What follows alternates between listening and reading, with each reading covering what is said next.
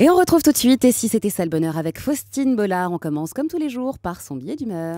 S'il y a bien un domaine pour lequel je suis intransigeante, voire je peux me transformer en vieille mégère réac, c'est l'utilisation des réseaux sociaux par les mineurs. Quand ma belle-fille de 12 ans m'a supplié de l'inscrire sur Facebook il y a quelques mois, ça m'a fait à peu près le même effet que si elle m'avait demandé de l'abandonner seule, déguisée en Lady Gaga à 3h du mat au bois de Boulogne. J'étais, comment dire, assez peu rassurée.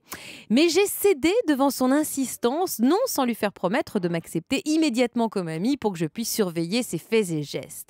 Ce que je fais à peu près tous les jours. Vous vous en doutez. Le problème, c'est qu'à force de lire ces statuts d'ados désespérés du style « Ah, je le kiffe, l'amour, c'est trop dur » ou encore « Trop stylé, le nouveau jean slim de Nina », j'ai commencé à décrocher un peu jusqu'au jour où...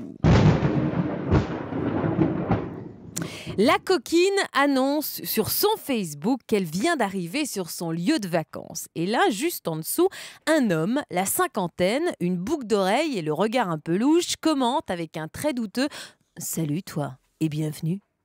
Alors évidemment, la voyant déjà se retrouver en photo sur un site pédophile en Tchécoslovaquie, je saute sur mon portable et compose son numéro. Ça sonne et moi, complètement hystérique, je laisse un message. Ma poulette, j'espère que tu vas bien. Tu vas me faire le plaisir d'aller immédiatement voir le mur de ton Facebook pour virer le gros dégueulasse avec un air vicieux qui vient de te souhaiter la bienvenue au Pays Basque. Il a une tête de psychopathe. Si tu l'as accepté comme ami, tu es prié de le virer immédiatement avant que je vienne moi-même t'égorger avec mes petites mains fermes de marâtre sans scrupules. Merci et bonne journée.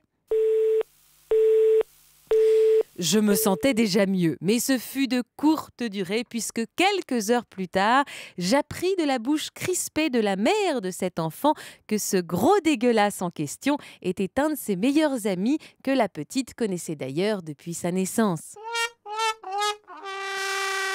Le charme des familles recomposées. On va parler entre autres des réseaux sociaux aujourd'hui dans cette émission spéciale consacrée aux droits de nos enfants. Moi, en tout cas, elle a le droit de se moquer de moi à vie, droit qu'elle utilise d'ailleurs allègrement. Bienvenue dans Et si c'était ça le bonheur, l'émission qui vous chouchoute jusqu'à 15h30. Laissez-vous aller, notre émission.